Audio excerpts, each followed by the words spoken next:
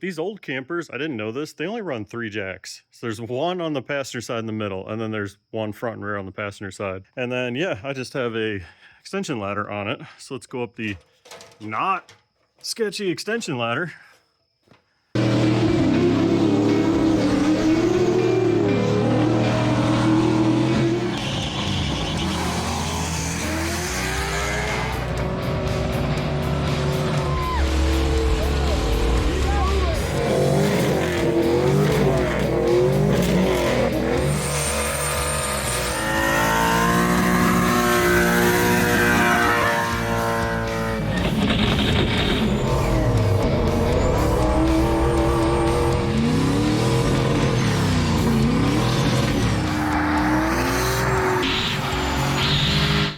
Alright guys, welcome back to the channel.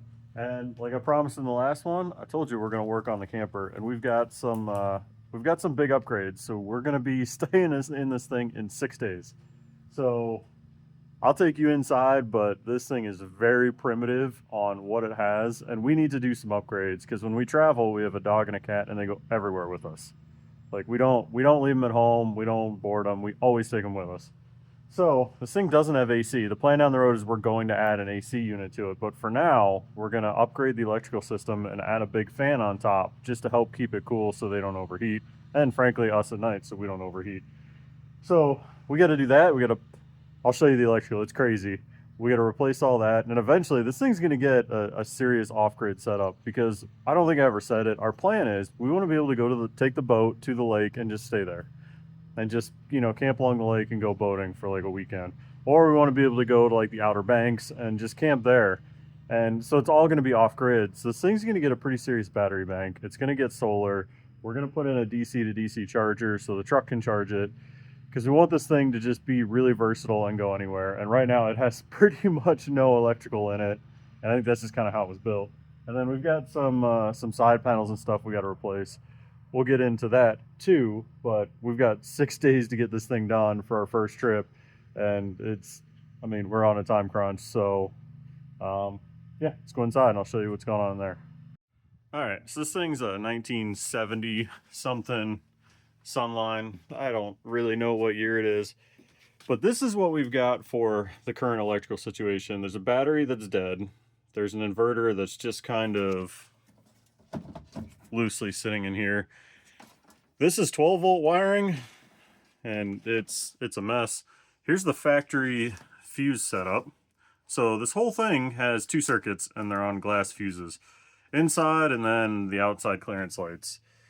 Down here we do have a 110 breaker that goes to a 110 cord down here, so that's going to stay. I'm going to reuse this, but I went online and I got some deep cycles off of Facebook for now. I really want to go lithium batteries at some point, but for now, for price, basically, I got some used AGMs that we'll put in here. And then I don't know if that's going to stay or not. This is all going to get rewired. There's one outlet up here, which I actually like. We're going to put a GFI in just to make it a little bit more safe. This is going to go, I've got a whole fuse box for it. Like I said, I've got a DC to DC. So we're going to do all of this. We're going to gut all of this. I mean, there's legit just speaker wire with electrical tape. I guess I don't even know what that's going to. This wiring is just janky. So we got to do this.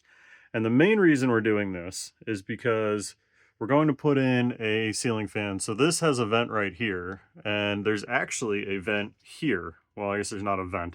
There's a hole for a vent on the roof. It's capped off. So we're going to pull these panels down. He replaced these. He did a really, really nice job. Like, he scribed out and everything's measured. It looks really nice. So we're going to pull one of these down, find the hole, and reopen that vent and put in a 12-volt fan. And this thing has actually a lot of windows around here. So with a 12-volt fan, 3 AGMs, this thing should be able to stay cool and not overheat our dog and cat, because really don't want to kill them. Kind of partial to them after all this time.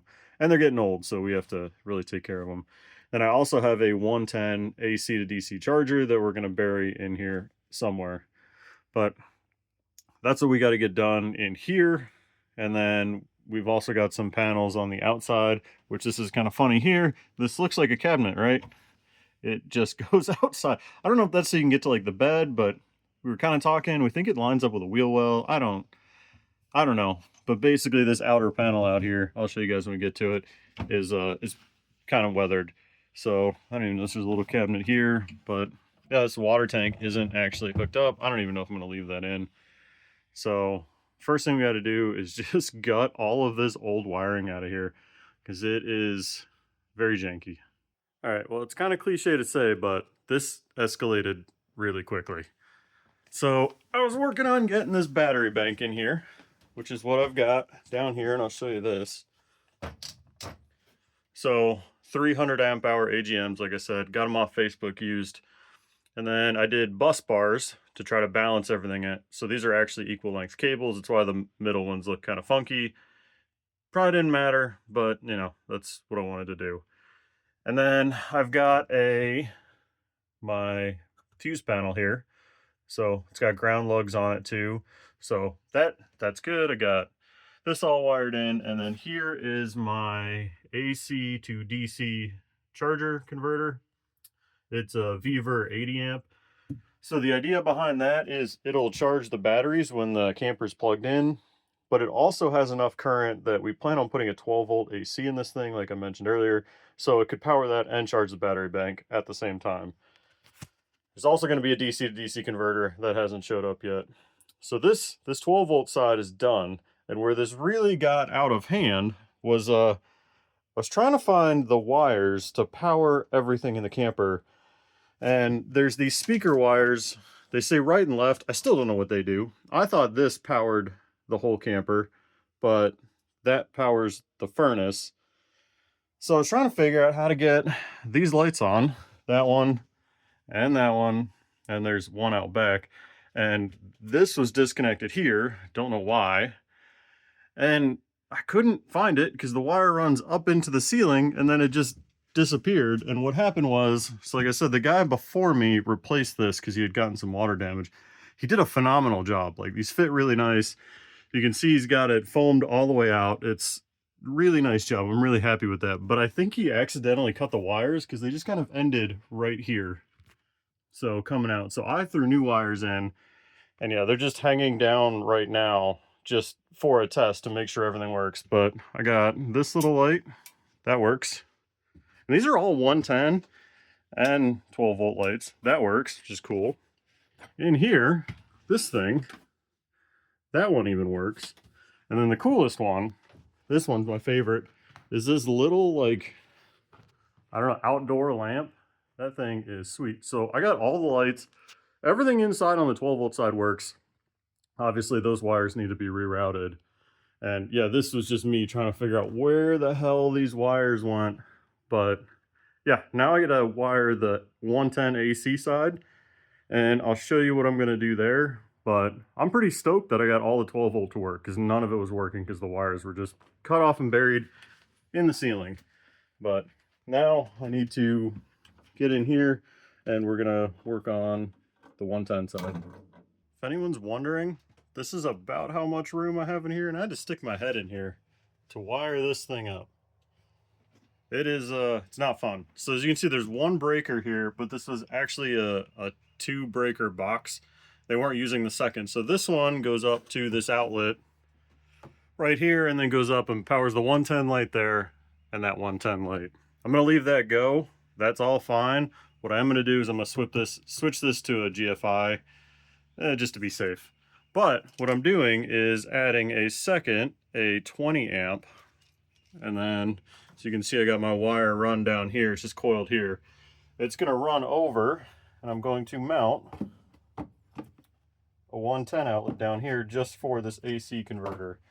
But man, this is not fun trying to work my head in there. I gotta add this breaker in, but I think it's gonna work out. And then here's the power cord that goes out. If I can get it out of here. So that's a nice heavy duty cord. And that'll work. So that'll give me basically 2 110 circuits, each on their own breaker, one for the converter, one for the rest of the trailer, and everything should work out good.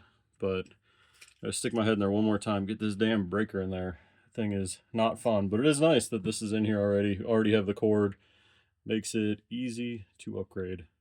Okay, so I got the wiring done mostly. you know, good enough. So I'm working on getting the fan in. So I opened the fan up, and what I ordered was a 14 by 14, you know, vent fan, in, out. This should really help keep this thing cool because it can help basically pull the heat out the top. And I knew there was a vent that had been closed up over top of the bed when he repaired all the water damage. And I didn't think anything of it because they're standard size, 14 by 14, like this one. And I opened this one up. I didn't think anything of it until I shoved the tape measure up there. And I'm sure you can tell on video, that is not a square, that is a rectangle. So I looked it up. This is a 14 by 21, and I guess it's a, quote, escape vent, which, that's hilarious. I like to see my fat butt fit up through that. That is not going to happen easily. But now my problem is, this is 14 by 21. My vent is 14 by 14. So, I mean, I can build this out, no problem. My concern is, it has this cap on it right now, but I need to make some type of waterproof filler on either side. And I can't figure out how he got this piece up in here. It's over this wall, which doesn't seem like it's solid, but I can't get it out. So I think I'm gonna be working around it like this. And then I also figured out I need to build out the sides because the screws will actually end up, well, pretty much like these staples. So I'm gonna have to add a piece here, trim the foam back, frame this out inside, figure out some type of sheet metal cap on top. This is way more complicated than I thought it was going to be, which, you know, that is my luck. That's how stuff goes. So I will come back to you when I have a plan or something, because I don't know, this is more complicated than I thought, but yeah, it is what it is. Yeah, if you have an old Sunline, it's not a 14 by 14. Although you probably could see that because yours wasn't covered over, which makes sense why you covered it over. They're really hard to find, but we're going to convert that, and yeah, just more work. All right, I got it framed in. You can see I just used some OSB. It's probably not the cleanest, but it'll work. I really just needed to shrink that hole down so it's square. So that works there. Now let's go out on the not so sketchy roof, and I'll show you what it looks like from the top side. So I don't know if I ever mentioned, but these old campers, I didn't know this, they only run 3 jacks. So there's one on the passenger side in the middle, and then there's one front and rear on the passenger side. Makes this thing super sketchy. I have it sitting on pallets just so it doesn't fall over. And then on the front, I have one of my jack stands for my lift, because I really think this thing would just fall over. And then, yeah, I just have a extension ladder on it. So let's go up the not sketchy extension ladder. And so here is the cover that was on there. I don't know if that was original or not. It seems like it was specifically made for this. I don't think it was, because there's all this old glue out here, and then this actually set inside of that. So I used roof flashing on either side to cover it up. It's construction adhesive down and stapled for the time being. So now I'm going to drop in the vent. And then at the end, well, that'll get caulked in, and at the end, I have RV roof tape. So I'll cover all of the edges of this, so you won't even see these staples or anything. It's not going to look perfect, because I tried getting this off with the multi-tool. You can kind of see it over there. It really doesn't want to come off at all. So, but hey, this is 10 feet in the air. No one can see it, except for this video. I guess I'm showing it to the world. But I'll be happy with it. It'll be sealed up. So I'm gonna drop the roof vent in now. All right, I get the fan in. It's actually on because it's kind of warm out here. You probably can't hear it. It's really quiet. It's on 2 out of 4 right now. Thing's sweet. I tested the rain sensor, put a little water on, automatically shuts. But that turned out really nice. I got all my wires routed over and down.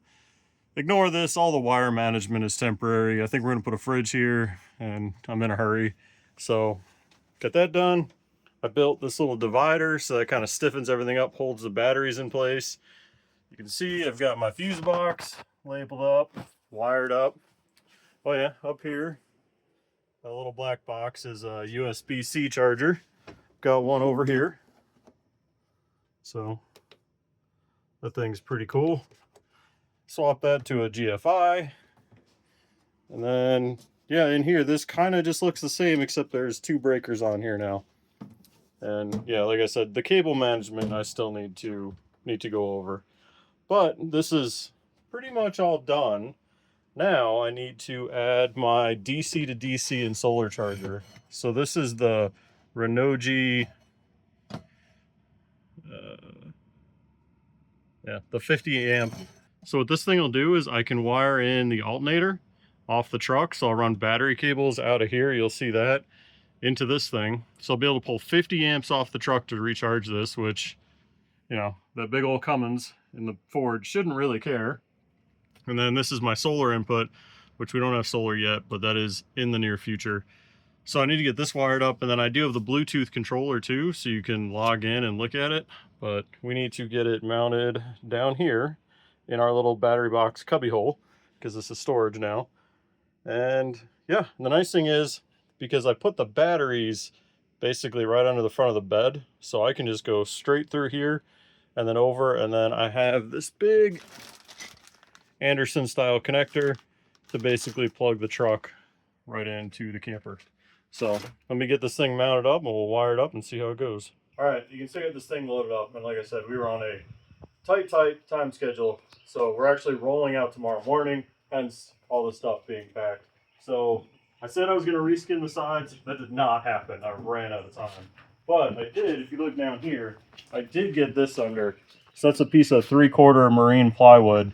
And that gives me just that little bit of clearance over my clearance lights. And it reinforced everything. And the whole floor was not insulated. So now that's fully insulated with foam board.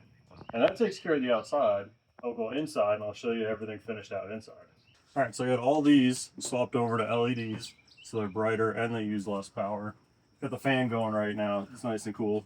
And then this is pretty cool. They actually have a little cabinet here that you can load stuff in the bed. And then here is my charging cables from the truck.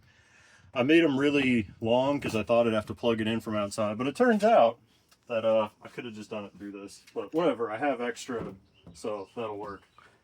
And then down in here is my DC to DC charger that I was showing you. And I've tried it out. It works. It pulls 50 amps off the truck like it said it would. The truck doesn't seem to care. Right now we're all charged up. Everything's working. So the electrical is it's all complete. So it's good enough to use right now. I mean, there's more to be done, but for now, this will let us try it out for this first weekend. We'll see how it goes. Like I said, we want to do a 12-volt AC, and I'd like to upgrade the battery bank at some point, which hopefully those will be coming in the next few videos. But for now, we're actually going to go take it out and see what it does. And everything works, which is awesome. And it doesn't rub the cab anymore, which is even better. So, yeah. Just got to get packed. Yeah. Gotta get packed, and then we got to roll out early in the morning. And we'll see how that goes. This thing is tiny. We're taking the dog and the cat, and yeah, they've never ridden in the Ford, so this is going to be... Yeah, we'll see how they like it. I don't think he's gonna like it, but I don't think either of them will. We'll probably show you that because it's gonna be entertaining.